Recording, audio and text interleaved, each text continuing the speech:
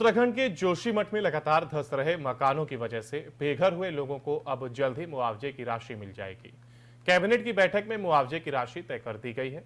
यह मुआवजा 3 किस्तों में दिया जाएगा। इसके अलावा पुनर्वास का कार्य देखने के लिए 3 अधिकारियों की नियुक्ति भी जल्द की जाएगी। जोशीमठ में वैध अवैध दोनों तरह के भवन स्वामियों को तय फार्मूले के हिसाब से मुआवजा मिलेगा। यदि किसी प्रभावित के पास भवन की भूमि के अभिलेख नहीं है, उन्हें मुआवजे के लिए बिजली, पानी और सीवर बिल दिखाना होगा। इसके लिए एक कट ऑफ डेट 2 जनवरी 2023 तय की गई है। बिल 2 जनवरी 2023 से पहले का होना चाहिए। मुआवजे के लिए नो ड्यूज भी जमा करना होगा। जोशीमठ में यदि किसी की कई दुकानें हैं तो भी उन्हें 15 वर्ग मीटर की एक दुकान मिलेगी। एक से अधिक दुकानों एवं व्यावसायिक प्रतिष्ठानों का मुआवजा दिया जाएगा। जोशीमठ में यदि किसी का भवन सुरक्षित है लेकिन भूमि सुरक्षित नहीं है, ऐसे में जांच एजेंसियों की रिपोर्ट के बाद सरकार गाइडलाइन तैयार करेगी, जिसके आधार पर इस भूमि पर भविष्य में निर्माण कार्य के लिए अनुमति दी जाएगी।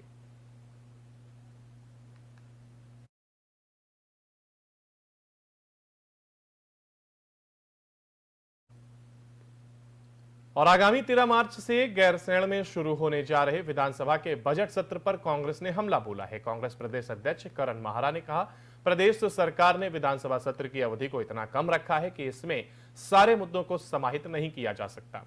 कांग्रेस प्रदेश अध्यक्ष करण माहरा ने कहा कि सरकार गैरसैंण के मुद्दे को लेकर गंभीर नजर आ रही है, क्योंकि जब से बीजेपी की प्रदेश सरकार ने गैरसैंण को भीष्मकालीन राजधानी घोषित किया है, तब से लेकर अब तक सरकार का कोई भी सरकारी कार्य गैरसैंण से नहीं हो रहा है, जो कि बेहद दुखद है। करण माहरा ने कहा कि ना तो मुख्यमंत्री का, ना मुख्य सचिव का और ना ही विधानसभा अध्यक्ष ने अब तक कोई सरकारी क्रियाकलाप गैरसैंण में किए हैं, जिससे साबित होता है कि गैरसैंण के मुद्दे को लेकर सरकार गंभीर नहीं है।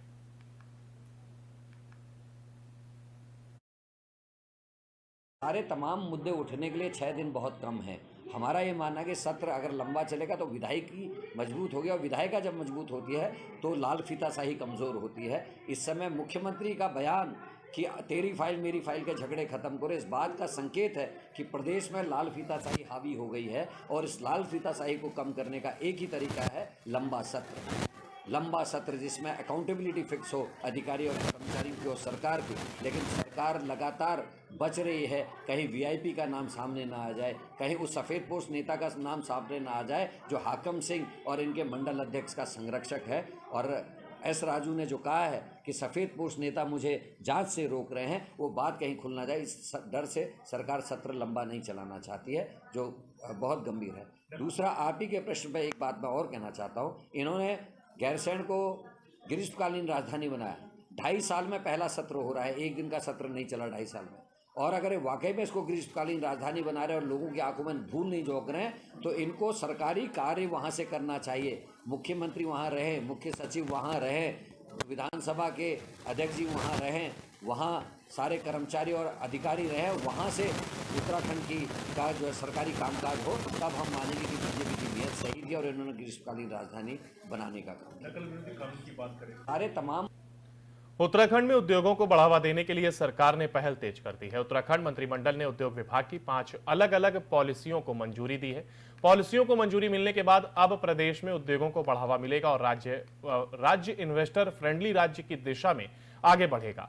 उद्योग सचिव पंकज पांडे ने बताया कि उद्योग विभाग की 5 अलग अलग पॉलिसियों को मंजूरी दी गई है, जिसमें सबसे महत्वपूर्ण स्टार्टअप पॉलिसी 2023 है, जो कि उत्तराखंड के नए इन्वेंशन को बढ़ावा देगी। उन्होंने बताया कि इससे पहले उत्तराखंड में स्टार्टअप पॉलिसी 2018 लागू थी, जो कि अब पूरी हो चुकी है, और नई पॉलिसी के रूप में स्टार्टअप पॉलिसी 2023 लाई गई है। इसके साथ ही कस्टमाइज पैकेज पॉलिसी के बारे में जानकारी देते हुए उद्योग सचिव पंकज कुमार पांडे ने बताया कि उत्तराखंड में आने वाले बड़े इन्वेस्टर के लिए बेहद प्लेटफॉर्म डेवलप करने और उनकी सुलभता के अनुसार प्रदेश में इन्वेस्टर को बढ़ावा देने के लिए पॉलिसी के इधर यदि कुछ बदलाव करना पड़े तो उसके लिए भी प्रावधान किया गया है। कस्टमाइज पैकेज पॉलिसी के तहत जो आएंगे और पॉलिसी और मानकों से इतर प्रदेश हित में बड़े प्रोजेक्ट्स को लाने के लिए मुख्यमंत्री स्तर पर स्वीकृति की जा सकती है, जिसको कि आज पॉलिसी के रूप में लाया गया है। उत्तराखंड में अब निजी भूमि धारक भी अपनी भूमिका को इंडस्ट्रियल भूमि में परिवर्तित कर सकते हैं, जिसके लिए आज कैबिनेट में उद्योग विभाग द्वारा बनाई गई पॉलिसी को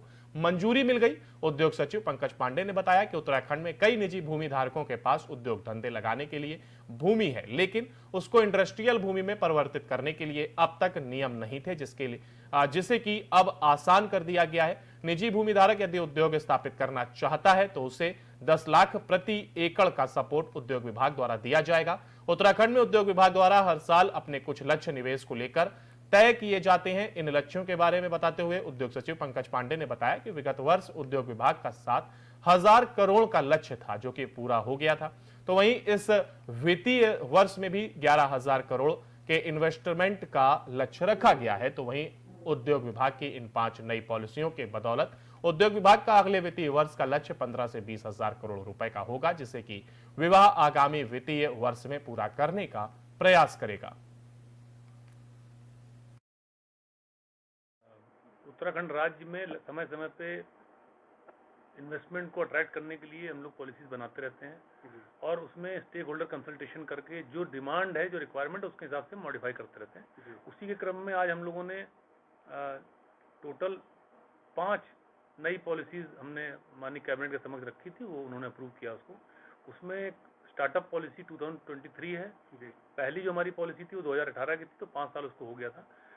पिछले साल हम लोग लीडर की कैटेगरी में आए थे स्टार्टअप में, तो उसको देखते हुए हम लोगों ने ये प्रयास किया है कि जो अच्छा काम कर रहे हैं, जो 3 टॉप स्टेट थे इंडिया के, उनके जो इंपॉर्टेंट पॉइंट थे पॉलिसीज के और जो हमारा एक्सपीरियंस रहा पिछले 5 साल में, उसको इनकॉर्पोरेट करते हुए हम लोगों ने स्टार्टअप की नई पॉलिसी बनाई है। इसमें होल ऑफ गवर्नमेंट अप्रोच हमने रखी है कि डिपार्टमेंट, जितने भी डिपार्टमेंट हैं गवर्नमेंट के, सब लोग स्टार्टअप में कंट्रीब्यूट करेंगे, क्योंकि अलग अलग सेक्टर में हर जगह पे स्टार्टअप के लोग रहते हैं जो इनोवेशन कर रहे होते हैं, काम कर रहे होते हैं, लेकिन उनको कभी मौका नहीं मिलता है। सब सिर्फ इंडस्ट्री वाले ये काम कर रहे थे, तो अब हम लोग सारे डिपार्टमेंट को इसमें शामिल कर रहे हैं। इसके अलावा एक हमने इसमें फंड का भी अरेंजमेंट किया है कि स्टार्टअप को जो फंडिंग होती है, जो एंजल इन्वेस्टर की बात करते हैं, क्योंकि नए बिजनेस को में इन्वेस्टमेंट करने से लोग डरते हैं, तो एंजल इन्वेस्टमेंट उसमें होता है, कई सारे इन्वेस्टर होते हैं। तो गवर्नमेंट भी ऐसा ही एक फंड क्रिएट कर रही है जो कि इनको सपोर्ट करेगा आगे चल के। इनका इक्विटी गवर्नमेंट खरीदेगी और बाद में उसको रिकवर करेगी आगे चल के। सीड मनी जो कहते हैं, सीड मनी नहीं, मतलब बिजनेस में तो जो उनकी कंपनी होगी उसका एक पोर्शन एक तरह से स्टेट गवर्नमेंट लेगी, और जिससे कि आगे जहाँ पे पोटेंशियल दिखाई पड़ेगा। इसके अलावा हम लोग इंक्यूबेटर्स भी बढ़ा रहे हैं। इंक्यूबेटर्स के लिए जो सपोर्ट है उसकी मॉनिटरी अमाउंट भी हमने बढ़ा दिया है। स्टार्टअप को सपोर्ट करने के लिए 1 साल तक लगातार हम लोग 15,000 रुपये मिनिमम जो नए स्टार्टअप है उनको देंगे, जो रजिस्टर्ड है हमारे साथ। इसके अलावा इंक्यूबेशन सपोर्ट हम लोगों ने कंपलसरी करा है कि जो लोग भी उस कैटेगरी में आते हैं, जो लोग मेहनत कर रहे हैं, वो लोग सब किसी न किसी बड़े सेंटर के साथ अटैच रहें, और वो सेंटर स्टैब्लिश करने के लिए भी हम लोग फंड कर रहे हैं। तो हर बड़े कॉलेज में, यूनिवर्सिटी में, बड़े डिपार्टमेंट्स में, सब में हम लोग प्रयास कर रहे हैं कि इंक्यूबेटर्स बने जो कि इनोवेशन को और जो नए बिजनेस आइडियाज हैं उनको प्रमोट करें। तो एक ये इसका मेजर बात है। इसके अलावा हम लोगों ने आज एक कस्टमाइज्ड पैकेज पॉलिसी भी अप्रूव की गई है, जो कि जिसका उद्देश्य जो बड़े इन्वेस्टमेंट हैं उनको जो अगर आते हैं वो, तो उनके साथ कई बार उनको चाहिए होता है कि जो हमारी पॉलिसीज हैं उनके इतर कुछ उनकी डिमांड रहती है कि साहब मुझे इस वाले में नहीं, मुझे इस वाले में आप सब्सिडी दे दीजिए, या ये चीज़ मुझे आसान कर दीजिए। तो ये पॉलिसी उन लोगों के लिए जो कि स्पेसिफिक कोई डिमांड करते हैं गवर्नमेंट से आके, तो उसमें माननीय मुख्यमंत्री जी को अधिकृत किया गया। तो वो फाइनल डिसीजन मुख्यमंत्री जी के लेवल पे हो सकता है कि अगर कोई इन्वेस्टमेंट ऐसा आता है जो स्टेट के।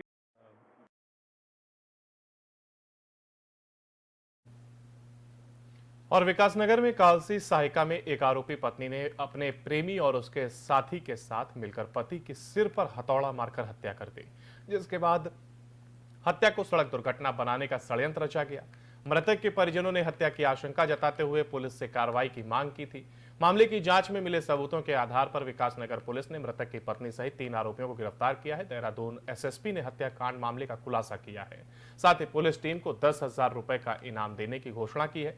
मामले की जांच करते हुए मृतक के सीडीआर को चेक करने पर एक संदिग्ध नंबर आशीष का पाया गया। संदेह के आधार पर पुलिस टीम ने आशीष कुमार को पूछताछ के लिए बुलाया, जिसमें आशीष ने अपने साथी मुकेश के साथ मिलकर हथौड़े से वार कर संतराम की हत्या करने की बात कबूल कर ली।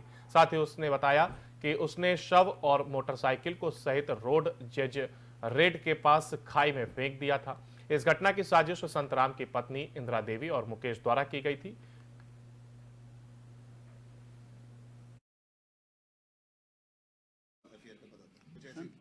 संतराम में ज़रा शराब पीने वाला था, और अब अफेयर जब हो गया तो वो मतलब रोड़ा था बेसिकली दोनों के अफेयर में। इस महिला का पहले भी ये दूसरी शादी थी उसकी, और अब तीसरे पुरुष के साथ जो है ये जाने की सोच रही थी। पहला पति इसका लगभग 12 साल पहले इसने एक पति को छोड़ करके 2-3 बच्चे उसके वहाँ भी हैं। अब वो किसी के इस तरह का वो जो भी इसका था कैरेक्टर वाइज जो भी दिक्कत थी तो उसके कारण हुआ है, और मामला का अनावरण कर लिया। पूरी टीम को मेरे तरफ 10,000 के नाम मैंने दे रहा हूँ। धन्यवाद।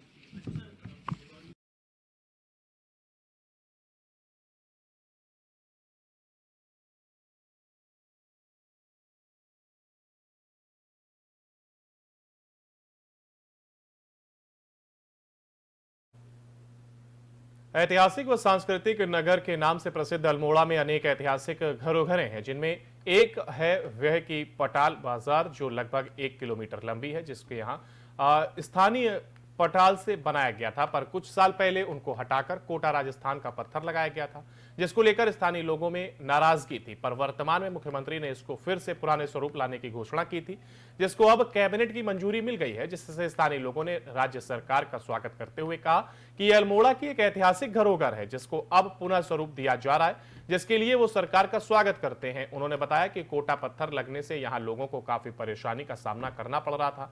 तो वहीं नगर पालिका के अधिशासी अभियंता ने बताया कि इसकी डीपीआर तैयार की जा रही है, जिसमें जल्द ही कार्य शुरू हो जाएगा।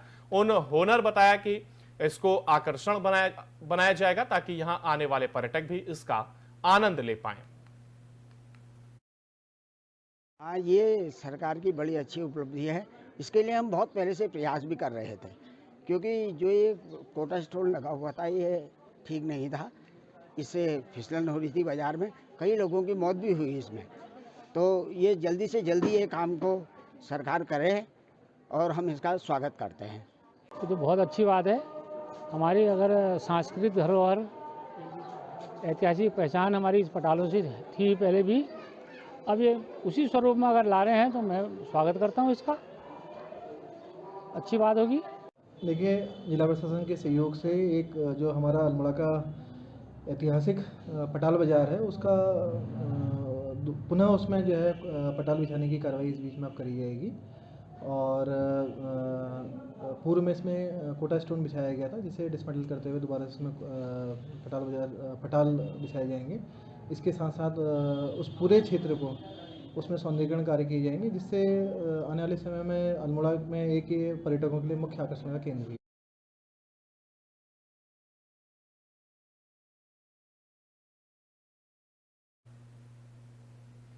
झनकिया Pakadiya Bengali colony ward number 10 Khatima हर साल ऐसे ही कांवड़ियों की सेवा की जाती है। शिव हरि काली मंदिर समिति द्वारा जो शिव कांवड़ लेकर आते हैं उनकी सेवा हेतु समिति द्वारा उनके भोजन व विश्राम की उचित व्यवस्था की जाती है। आज पहले दिन ही भारी संख्या में कांवड़ियों यहां मंदिर पर पहुंचे और शिव हरि काली मंदिर समिति द्वारा कांवड़ियों का भव्य स्वागत किया गया। कांवड़ियों की सुरक्षा व्यवस्था को देखते हुए उत्तराखंड मित्र पुलिस भी सहयोग में जुटी हुई है। समिति के पदाधिकारियों के लिए कांवड़ लेकर आए कांवड़ियों ने भी मनोकामना की और कहा कि भगवान शिव इन शिव भक्तों पर अपनी कृपा बनाए रखें। जो प्रतिवर्ष हम लोगों के रहने व खाने की उचित व्यवस्था यहाँ पर करते हैं, क्योंकि हम लोग जिला पीलीभीत रमनगरा के रहने वाले हैं और हमें यहाँ से रमनगरा पीलीभीत पहुंचने में एक दिन और लगता है, इसलिए हम लोग यहाँ पर रात्रि विश्राम प्रतिवर्ष अवश्य ही करते हैं और मंदिर समिति हमारी रहने और विश्राम की एक उचित व्यवस्था यहाँ पर करती है।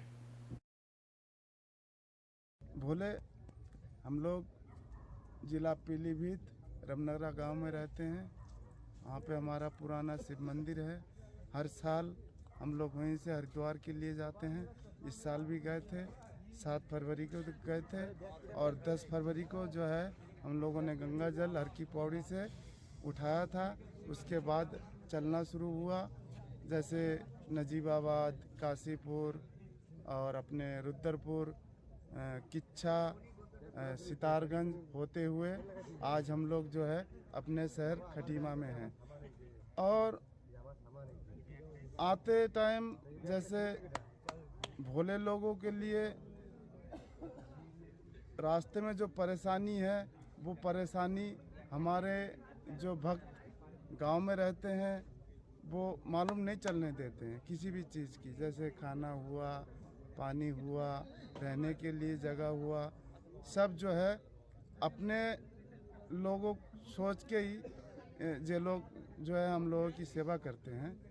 तो इन्हीं के सेवा के कारण हम लोग जो है हरिद्वार से लेके गांव तक आराम से आ जाते हैं और भोले बाबा पर जल अभिषेक करके अपनी मन्नत पूरी करते हैं। आपका नाम? रवि कुमार बाइन। और इसी के साथ उत्तराखंड से जुड़ी हुई खबरों में फिलहाल के लिए इतना ही। बाकी की तमाम अपडेट के लिए आप लगातार बने रहिए FM न्यूज़ के साथ। नमस्कार।